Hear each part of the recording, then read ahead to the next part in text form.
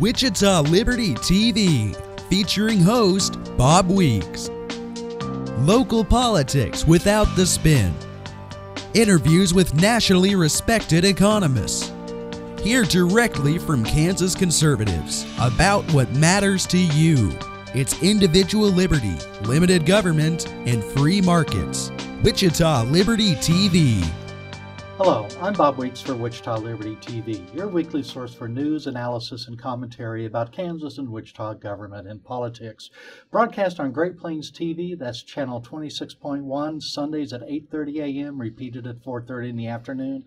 Also on the Voice for Liberty, that's on the internet at wichitaliberty.org. There you'll also find show notes for today's episode and past episodes and much more material. With me this week, of course, Karl, Peterjohn, and also our special guest, James Franko from Kansas Policy Institute. He is Vice President and Policy Director, responsible for much of the organization's outreach, policy analysis, and communications effort. James has worked on Capitol Hill and also for the National Center for Policy Analysis in Dallas. A graduate of Kansas State University, he received his Bachelor of Business Administration while dual majoring in marketing and entrepreneurship and earning a minor in economics. So James, welcome to Wichita Liberty TV. No, it's a pleasure to be back with both of you. Could you explain just briefly the purpose, the mission of Kansas Policy Institute, please? Yeah, I think the best way to think about the work that Kansas Policy Institute does is to think of a small school in Northeast Wichita, the Urban Preparatory Academy, that wouldn't really exist were it not for a small tax credit scholarship program that allows low-income kids the opportunity to receive a scholarship to attend a school of their choice. And that's the work that we're really trying to do, is empower individuals like the folks at Urban Prep or a small business owner or a family to live their own lives as best they see fit. So trying to have government step back so that individuals in the civil society can step forward and solve any of the societal problems that we may face. And I know education is one of your big issues, right, as I think healthcare, just the budget and spending in general. So, and besides that, there's something new just in the past month or two, and that is the Sentinel. Right, and that's not explicitly a Kansas Policy Institute entity. Dave Trobert, KPI's president, myself, and a few other Kansans are on the board. Kansans with a variety of different journalistic backgrounds in the Kansas City area and also down here in Wichita. Trying to, again, kind of hold media and government accountable, similar to what you've been doing for years down here in Wichita, but trying to do that on a statewide basis, and then also reaching across the state line into Kansas City, Missouri. And that's at sentinelksmo.org, I believe, is that, or as I say, sentinelkismo.org there as we go. And I know you have some great writers on the staff, Jack Cashill, who's written many books and lots of things, and then also Denidre Herbert, who was on here about a year ago as Gidget Southway, and she's a very good writer and entertaining as well. So, okay, big news this week. Matter of fact, today, we record on Thursday, was the Kansas Supreme Court finally came down with the ruling on school finance, something that's been anticipated for a while, something that's been going on, and Karl can certainly fill us in on this, for 20 years or so, isn't it? It actually goes back to the 1980s. Yeah. We're talking a different century, but the cases have just continued. Just think of it as a full employment act for attorneys. Attorneys, yeah, on both sides really there. So, James, of course, the opinion is full of legalese and pretty long, but what's the basic thrust of it, do you think? Well, we're still wading through it ourselves, but to the best of our initial reading is that the court lit a fire under the legislature. The court said to the legislature, the block grants that you implemented a couple years ago are not adequate. I don't think anybody ever thought that they would say that they were adequate, nor did the legislature ever say that that was going to be a long-term solution. So get your act together, and you have until June 30th to reasonably calculate what it costs to meet the Rose standards, which is, again, that legalese for an outcomes-based model, so that it's not just how much we spend on education, but it is making sure that our kids leave high school having learned what they need to be college and career ready, is essentially what it boils down to. And that kind of sword of Damocles has always been hanging over the head of the legislature, saying you have to do this, and people will throw out dollar amounts that vary widely as to what it takes to determine reasonably adequate funding that meets the Rose standards. But I don't see anything in my reading of the case thus far that says a prescriptive dollar amount or anything like that, which is what everybody would have said was the case 12 years ago with Montoy. But James, let me ask you, if you read Article 6, Section 6 of the Kansas Constitution, the famous provision for those who follow the Kansas Constitution, suitable provision for the educational interests of the state. Actually, for the financing for of the the financing of the state. Right. Yes, thank you, Bob. We're in a situation where that there's no dollar amount in the Constitution, there's no dollar amount in this decision. So are we still kind of left in no man's land? We are, but to me, that just today's ruling doesn't fundamentally change that from where we were a week ago or when Gannon's suit was filed. We are continuing on something of a carousel as the governor, the legislature, and the courts and schools kind of go round and around trying to determine what is suitable, what are the educational interests of the state, and ultimately what is reasonably calculated. Interesting. James, hold on to that thought. We're going to take a moment off for a commercial break. When we'll get back, we'll talk more about school finance in Kansas.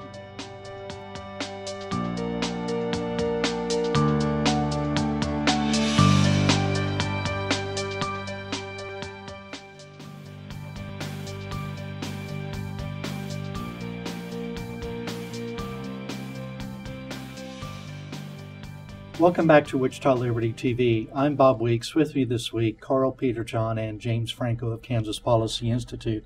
So, how on earth does the Supreme Court or even the legislature come up with how much it should cost to adequately educate a school child in Kansas? Well, I think that's the absolute nut of the issue. And the legislature and the courts and the school thus far have all had different opinions of what that number should be, or if the court has taken at their word, both today and what they ruled in the initial Gannon case, it is not just any one number. You know, you hear a lot about base state aid per pupil or whatnot. It is total funding. It's driven by an outcomes-based model, these Rose standards that you hear a lot about, and that the test for the legislature is it reasonably calculated? To meet these standards. To meet these standards and to suitably provide for the educational interests of the state, which is to what the point that Karl was getting to before the break. It's until we resolve that question, I think we're just going to continue to go around and around on this question until there is some kind of real resolution, and I don't know that today's ruling necessarily gets us any closer to that. Karl? It begs a bigger question. Who determines how much should be spent? We're in a state where the latest figures I've seen, and you've got some great information up on the Kansas Policy Institute sites, I think we need to mention as part of your response. But we're talking a lot of school districts. It varies by district, but 13, 14, sometimes over $15,000 per year per pupil is not unheard of here. And when you cite standards, we talked about this Rose standard, that's from a 1980s Kentucky case. Right. And so how much money are we talking about here, and how does a Kentucky case relevant to Kansas? I think the Rose standards, in my understanding, have been used across the country as something of a barometer for determining outcomes. It's, you know, basic capabilities of things that kids need to know upon their graduation. So in and of themselves, the court, in referencing those, was just pulling in the idea that there is this outcomes-based model that we need to move to. Whether or not the correct amount is $13,000 or $14,000 or $9,000 or anywhere in between is something that, to my mind, is ultimately a question best solved through the political process, through the legislative branch, as the branch of government that's responsible for controlling the purse strings. But if someone wanted to find out what their school district's spending, yes, I've been very frustrated by the Kansas media, particularly here in Wichita. How much is Wichita USD 259 spending per pupil this year? How does it compare to what they spent last year? I read these articles on school funding. It's almost never there. KPI's put out some great information on all the school districts. If the viewers out there want to see it and check on this, where should they go? Right. The average statewide is over $13,000 per pupil, and that's all in. That's state funding, local funding, and federal funding. You can look at any district in the state, all 286 of them, going back into history, at kansasopengov.org, as a great opportunity to not just look at the dollar amounts spent within Kansas public schools, but arguably more importantly, what our students and what our schools are actually achieving. Because ultimately schools are about education. They're not about funding. They're not about employment opportunities for adults. They are about delivering educational opportunities to our kids. Mm-hmm. So not only at Kansas OpenGov can you find those dollar amount numbers, you can also find strictly just reporting government data on how well our kids are actually achieving in Kansas schools. We've got a lot of that at wichitaliberty.org as well. Right. And within the past few weeks, I completed a project where I took the Kansas state assessments down to the building level, grade level, subject level, race, school lunch status, and everything. And I think made those available in a lot easier format than what the state does on its Kansas Report Card website. And when you look at that stuff, James, it's really sad. I know that you have a special place in your heart for the urban preparatory school right. in Wichita, which is targeted, well, I don't know if it's targeted, but it serves mostly an African-American low-income right. population. And in the Wichita School District, when you look at, let's say, fourth grade reading, and that's really important because if kids haven't learned to read by fourth grade, right. then they're just in a bunch of trouble, I think. And about when you look at what percent of the kids are proficient, in white students it's like 45%. And you think, oh, that's terrible, but for black students it's 1/3, 15, I believe is the percent. Right, and it's across different metrics. It's the state exam. It's this national exam, the National yep. Assessment for Educational Progress. The trends show it's up the there. ACTs, it's graduation rates. You see these just staggering achievement gaps between different cohorts of students. It could be white students versus African American students, or Hispanic students, or high income or not low income students versus low income students. And the lesson to take from that is not that those kids cannot learn, but that those achievement gaps, which we now measure in centuries of what it would take to close them, should give us all pause, and really is the only word I can describe for it is tragic, because you're constraining those kids' dreams forever. Let's hold on for a moment there, and when we come back, James, I'd like to ask you about how school choice programs might help with that, and what's the potential for those to be coming up in Kansas. Let's take another moment off for a break. This is Bob Weeks for Wichita Liberty TV.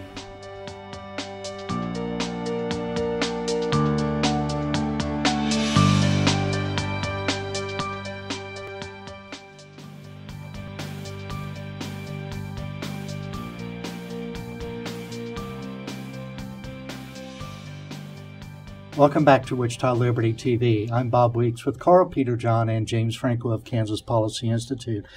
I know this is something Karl feels strongly about. I toured charter schools in Washington, D.C., in the poorest areas of the town, and it seems like across the country, school choice programs like charter schools, the private schools supported by tax credit scholarships and other types of programs, education credit scholarships, I think they are, savings accounts I meant right. to say. Some of these are doing pretty good in a lot of states, but we really don't have much of that going on in Kansas. No, we don't. We do have one small tax credit scholarship program that is for the lowest income Kansans who also attend one of our lowest performing schools. Which is nothing that, frankly, we wouldn't demand for our own children. If something wasn't working for them, we'd move heaven and earth to make sure that they had a different opportunity. But again, it gets back to those achievement gaps that we were talking about before the break. Some kids, for whatever reason, don't do well in Kansas public schools. It's not to say that our school administrators and our teachers don't do absolutely wonderful work and dedicate themselves to educating kids. But here in Wichita, we have about 50,000 kids in the K-12 system. In what area of our lives do we expect one thing to serve 50,000 people equally well? In the state of Kansas, we have on the order of over 400,000 students. No system is going to serve all of those kids equally well. I have 2 kids of my own, and just knowing The differences that exist between those two children, even at ages of 5 and 3, means that they're going to have to be educated in different ways because they have different strengths and weaknesses, and one of them can sit still forever and the other one's got ants in his pants, right? So take that across an entire district, and it's hard to figure out how one system should serve all of those kids equally well. So be they charter schools or tax credit scholarships or education savings accounts, it really is nothing more than understanding this basic idea of human nature, that each child is different and they should be able to find the educational opportunity that best suits their needs. And as this year, the legislature is obviously going to struggle with trying to come up with the new school finance formula. It seems like the financial aspects of school choice need to be built into that formula. Do you think that's going to happen this year? I think it remains to be seen ultimately. Today's ruling will, again, kind of light a fire under the legislature. The different chambers have taken different tacks thus far. In the Senate, it's looking at all the different pieces that may go into a new formula, whereas the House and their committee process has looked at something on the order of 7 or 8 different funding formulas, with now the charge to bring those together into a new formula. One of those ideas that the House considered included educational savings accounts, as well as an expansion of the tax credit scholarship program that we have in the state. And the idea behind both of those things is that the overwhelming majority of kids will always be educated in public schools. That is an immutable fact. In most states that have school choice, it's like maybe, 5% of the kids, or very small amounts. Very small. In Florida, where they've had different kinds of school choice since the late 90s, the number I've heard is less than 1 or 2% of kids actually exercise a choice option, is that it is something of an escape valve. That if that child's needs are not being met for whatever reason, then they have an opportunity to go elsewhere. Maybe not as a first choice. We give public schools every opportunity to succeed and make sure they have the resources that they need to deliver a quality education and do so efficiently. But ultimately, if a kid's needs are not being met, that their family should have the freedom and the choice to go out and find a different opportunity that may better suit that child's needs. Let me ask you, because this week President Trump made the most clear and forthright statement in support of school choice that I've heard any Republican leader, in whether it's a Speaker of the House, a Senate Majority Leader, a minority leaders, or President make. And I was wondering if this, do you think this will have any impact here in Kansas? And the direction Kansas seems to be going seems to be out of step with at least the direction I heard from President Trump in his speech Tuesday night. Right. I hope it has a positive impact in the sense that we recognize that school choice in one form or another is happening across the country. And in that regard, I hope Kansas realizes that and we start to take advantage of it and we move down that road. And on some level, it seems inevitable. Again, this is one of the only areas of our lives where we don't have real robust choice, and what could be more important than our kids. So I hope in that regard it is a positive thing. On the other hand, though, the other side of that coin is whenever the federal government starts potentially monkeying about in our state government, it gives me pause, as it were, because if we have a federally funded voucher or something today, what is that going to look like down the road, and what strings are going to be attached to it? So I hope it is more of a philosophical statement rather than the idea that the federal government's going to be more involved in our classrooms. Well, I view it as it's really kind of an economic competition issue too, that Kansas doesn't have school choice. What about parents that want to move to Kansas, and especially Wichita, where the Wichita school district is really pretty bad, I think, as the statistics show. I think that puts our city at a competitive disadvantage. So let's take another moment off for a commercial break. When we come back, we're going to talk about a tax bill that almost made it into law and what should we look for in the future.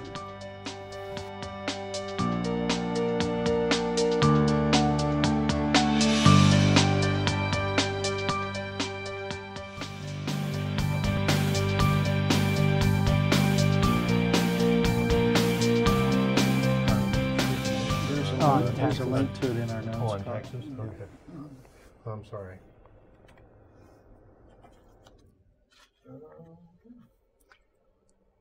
Welcome back to Wichita Liberty TV. I'm your host, Bob Weeks, co-host Karl, Peterjohn, James Franko from Kansas Policy Institute. So probably one of the biggest news items to come out of the legislature this year was an attempt to raise taxes. A bill passed the House of Representatives. It then passed the Senate, so it went to the governor's desk. He laid the veto pen on it. Went back to the House of Representatives. They got even more votes to overturn the governor's veto, but the Senate wasn't able to gather up enough votes to override the governor's veto. Therefore, that tax bill did not become law. So are they going to try it again? Karl, you've heard about that, haven't you? Or The old joke in Topeka at the State House is if you're going to die, the best place to do it is at the Kansas State House. More things have been brought back to life at the Kansas State House than any other place in the state of Kansas. And the legislature only has one job they have to do. They have to pass a budget. And that budget's got to be funded. And the question to me is how soon they bring a tax bill back, not if. Mm-hmm. I would agree. And after the governor's veto was sustained in the Senate last week, there was a bill that was introduced, I believe, maybe that day or the next day, that was, for all intents and purposes, the same bill, except it was only forward-looking, because one of the key points of contention in the bill that was vetoed was the idea that it would be retroactive back to January 1st of this year. So not only would everybody's taxes have gone up anyway, but we would have had to go back and collect extra withholding or extra taxes next right April. from the 2 months that would have passed before the law was and I think a lot of office holders stated that retroactivity as their primary objection to the bill. Several of them did. To my mind, that's interesting, but maybe more interesting is the idea that several of the other legislators also said, in effect, this is nothing but a down payment.